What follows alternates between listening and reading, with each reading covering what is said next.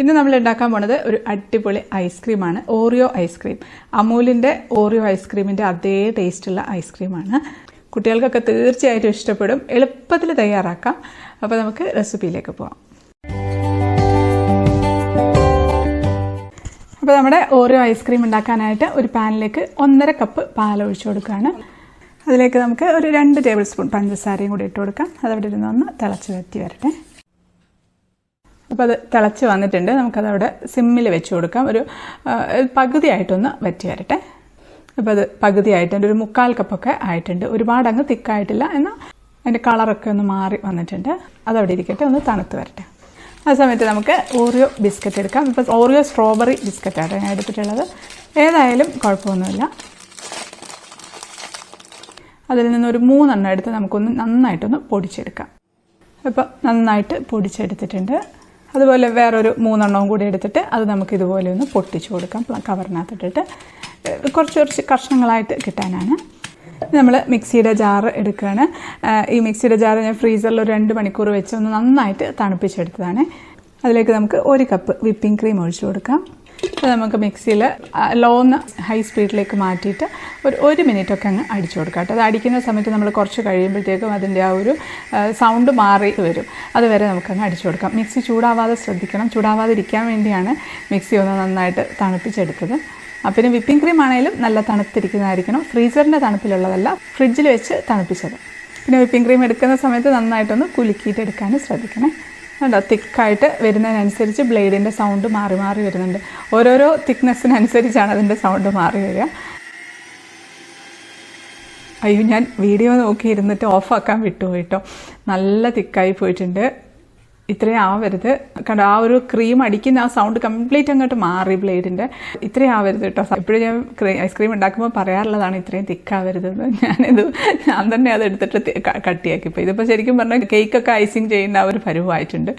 സാരല്ല, എനിക്ക് എന്തായാലും ഇത് കളയാൻ തോന്നില്ല. ഞാൻ ഇതിൽ തന്നെ അങ്ങ് ചെയ്യുകയാണ്. നിങ്ങൾ ഉണ്ടാക്കുമ്പോൾ ഈ തൊട്ട് മുമ്പുള്ള ഒരു കൺസിസ്റ്റൻസി, അതായത് ഇത്രയും അങ്ങോട്ട് തിക്കാവുന്നതിന് മുമ്പ് എടുക്കണേ. ഇതിപ്പോൾ ശരിക്കും കറക്റ്റ് 1 മിനിറ്റ് ആയിട്ടുണ്ട്. ഞാൻ ടൈമൊക്കെ നോക്കി നിൽക്കുമായിരുന്നു. അപ്പോൾ അതിൻ്റെ ഇടയ്ക്ക് ഇത് ഓഫാക്കാൻ വിട്ടുപോയി. ഇനി നമുക്ക് ഇതിലേക്ക് വറ്റിച്ച് വെച്ചിരിക്കുന്ന പാല് അത് ചേർത്ത് കൊടുക്കാം. ഈ ഒരു കൺസിസ്റ്റൻസിയിലായിരിക്കണം. നമ്മൾ വറ്റിച്ചിട്ട് ഒരുപാട് വറ്റിപ്പോയിട്ടുണ്ടെങ്കിൽ കുഴപ്പമില്ല. കുറച്ച് പാലും കൂടെ ഒഴിച്ചു കൊടുത്തൊന്ന് ലൂസാക്കി ഈ ഒരു കൺസിസ്റ്റൻസി ആക്കിയാൽ മതി. ഇനി അതിലേക്ക് നമുക്കൊരു 1/4 ടീസ്പൂൺ വാനില എസൻസ് ചേർത്ത് കൊടുക്കാം. അതോടെ ഇട്ടിട്ട് ഒന്ന് ലോ സ്പീഡിലിട്ടൊന്ന് അടിച്ചെടുത്താൽ മതി. അല്ലെങ്കിൽ ആ പ്രസ് ബട്ടൺ വെച്ചൊന്ന് പ്രസ് ചെയ്ത് മിക്സ് ആക്കി എടുത്താൽ മതി. ഒരുപാട് സമയം വെച്ച് അടിക്കരുത്, അപ്പം മുഴുവനായിട്ടൊന്ന് ലൂസായി പോവും. നമുക്കൊരു സെമി ലിക്വിഡ് കൺസിസ്റ്റൻസിയിലാണ് വേണ്ടത്. നമ്മൾ ഒറ്റയടിക്ക് അടിക്കരുത്. നമ്മൾ കറക്റ്റായിട്ടത് മിക്സ് ആക്കിയിട്ടില്ല. നമ്മളൊന്ന് തുറന്ന് നോക്കി ഒന്നുകൂടെ ഒന്ന് സ്ക്രേപ്പ് ചെയ്തൊക്കെ ഒന്ന് അതിനകത്തോട്ടിട്ട് ഒന്നുകൂടെ ഒന്ന് അടിക്കുക. അങ്ങനെ അടിച്ചെടുക്കണം. ബീറ്ററുള്ളവരാണെന്നുണ്ടെങ്കിൽ ബീറ്റർ കൊണ്ട് ചെയ്യാം. പക്ഷേ അത്രയും അധികം തിക്കായി പോവാതെ ഒന്ന് ശ്രദ്ധിച്ചാൽ മതി. ഇതിപ്പോൾ കുറച്ചും കൂടെ ഒന്ന് ലൂസായിട്ടുണ്ട്. ഇപ്പോൾ നമ്മൾ ഇളക്കുന്ന സമയത്ത് വിപ്പിംഗ് ക്രീമും പാലും കൂടെ മിക്സ് ആവാത്തതുണ്ടെങ്കിൽ ഒന്നുകൂടെ ഒന്ന് തട്ടിയിട്ടെടുത്ത് ഒന്നുകൂടെ അടിച്ചെടുത്താൽ മതി. ഇനി നമുക്കിതിലേക്ക് നമ്മൾ ആദ്യം പൊടിച്ചു വെച്ച് മിക്സിയുടെ ജാറിലിട്ട് പൊടിച്ചെടുത്തില്ലേ ഓറിയോ ബിസ്ക്കറ്റ്, അതിട്ട് കൊടുക്കാം. അതിട്ട് നന്നായിട്ടൊന്ന് മിക്സ് ആക്കി കൊടുക്കാം. എല്ലായിടത്തും ഒന്ന് മിക്സ് ആകട്ടെ. നമുക്ക് സ്റ്റോർ ചെയ്യാനായിട്ട് ഒരു ട്രേയിലേക്ക് അങ്ങ് ഒഴിച്ചു കൊടുക്കുകയാണ്. ഇനി നമ്മൾ വലിയ കഷ്ണങ്ങളായിട്ട് പൊടിച്ചു വെച്ച ഓറിയോ ബിസ്ക്കറ്റ് ഇട്ട് കൊടുക്കാം. നമുക്കൊരു സ്പൂണിൻ്റെ ബാക്ക് സൈഡ് വെച്ചിട്ടൊന്ന് അതെല്ലായിടത്തും ഒന്ന് മിക്സ് ആക്കി കൊടുക്കാം.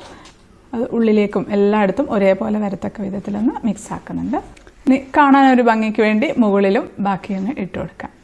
എല്ലാം ഇട്ടിട്ടുണ്ട്. നമുക്ക് സ്പൂൺ വെച്ച് ജസ്റ്റ് ഒന്ന് പ്രസ് ചെയ്ത് അവിടെ അങ്ങ് അമർത്തി കൊടുക്കാം. ഒരുപാട് അങ്ങ് അമർത്തി അങ്ങ് അടിയിലോട്ടാണ്ട് മുകളിൽ തന്നെ ജസ്റ്റ് ഒന്ന് പ്രസ് ചെയ്ത് കൊടുക്കാം.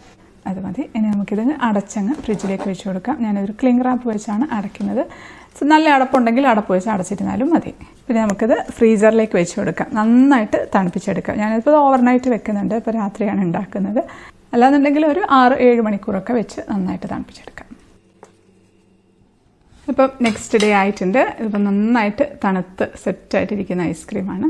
നമ്മൾ നേരെ ഫ്രീസറിൽ നിന്ന് എടുത്ത് നമുക്ക് സ്കൂപ്പ് ചെയ്തെടുക്കുമ്പോൾ കിട്ടാൻ ബുദ്ധിമുട്ടായിരിക്കും. കുറച്ച് സമയം ഒന്ന് ഫ്രിഡ്ജിൻ്റെ തണുപ്പിൽ വെച്ച് ഒരു അരമണിക്കൂറൊക്കെ ഒന്ന് വെച്ച് കഴിയുമ്പോഴത്തേക്ക് അത് നമുക്ക് സ്കൂപ്പ് ചെയ്തെടുക്കാൻ എളുപ്പമായിരിക്കും. നമുക്കൊരു കപ്പിലേക്ക് ഇട്ട് കൊടുക്കാം. നല്ല ഭംഗിയുണ്ട് കേട്ടോ കാണാനായിട്ട്. എല്ലാം ഇങ്ങനെ ഇടയ്ക്കിടയ്ക്ക് വലിയ വലിയ പീസസും പിന്നെ മൊത്തത്തിൽ വൈറ്റ് കളറുള്ള ആ ഒരു ഓറിയോ ബിസ്ക്കറ്റ് പൊടിച്ചിട്ടതുകൊണ്ട് എല്ലാം കൂടെ മിക്സ് ആയിട്ട് വന്നിട്ടുണ്ട്.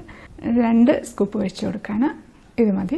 ഇനി നമുക്ക് വേണമെങ്കിൽ കുറച്ച് ചോക്ലേറ്റ് സിറപ്പ് ഒഴിച്ചു കൊടുക്കാം. തികച്ചും ഓപ്ഷനിലാണ് കേട്ടോ. ഒരു നിർബന്ധവും ഇല്ല വേണമെന്ന്. അതിൻ്റെ ആവശ്യമില്ല. എനിക്ക് ഫോട്ടോയ്ക്ക് കാണാൻ ഒരു ലുക്കിന് വേണ്ടി മാത്രം ഒഴിക്കുന്നേ ഉള്ളൂ. ഇനി നമുക്കൊന്ന് ടേസ്റ്റ് ചെയ്ത് നോക്കാം.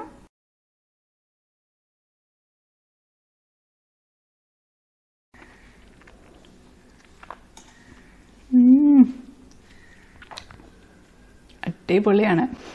സ്ട്രോബെറി ഓറിയോ ആയതുകൊണ്ട് ഒരു പ്രത്യേക രുചിയുണ്ട്. ചോക്ലേറ്റും സ്ട്രോബെറിയും കൂടെ വരുമ്പോൾ ഒരു രുചി ഉണ്ടാവുമല്ലോ. അത് ടെക്സ്ചർ മാത്രം ചെറിയൊരു ഡിഫറൻസ് ഉണ്ട്. കാരണം എന്ന് വെച്ചാൽ നമ്മുടെ റൂം ടെമ്പറേച്ചറിൽ ഇത് കംപ്ലീറ്റ് ആയിട്ട് മെൽട്ടായിട്ട് പോകേണ്ടതാണ് ഐസ്ക്രീം. പക്ഷേ ഇത് അത്ര പെട്ടെന്ന് അങ്ങനെ മെൽട്ടാവില്ല. എന്നാലും കുഴപ്പമില്ല. പക്ഷെ നിങ്ങൾ ചെയ്യുമ്പോൾ ശ്രദ്ധിക്കണം, ഇത്രയധികം തിക്കാക്കല്ലേ, എനിക്ക് പറ്റിയ അബദ്ധം പോലെ. അപ്പോൾ തീർച്ചയായിട്ടും ഉണ്ടാക്കി നോക്കണം. ഈ ചൂടിന് ഐസ്ക്രീമൊക്കെ കഴിക്കാനായിട്ട് തോന്നില്ല. അപ്പോൾ ഒരു ഓറിയോ ഐസ്ക്രീം ആയിക്കോട്ടെ. ഓറിയോ ബിസ്ക്കറ്റ് പിന്നെ ഏത് വേണേലും എടുക്കാം. സ്ട്രോബെറി ഇഷ്ടമല്ലെങ്കിൽ വൈറ്റ് ക്രീം വെച്ചിട്ടുള്ളത് എടുക്കാം. അപ്പോൾ എല്ലാവരും ഉണ്ടാക്കി നോക്കുക. ഫീഡ്ബാക്ക് അറിയിക്കാൻ മറക്കരുത്. നിങ്ങളുടെ കമൻറ്റിനായിട്ട് ഞാൻ കാത്തിരിക്കും. അടുത്തൊരു അടിപൊളി റെസിപ്പി ആയിട്ട് കാണാം. അതുവരേക്കും stay happy, stay positive. By.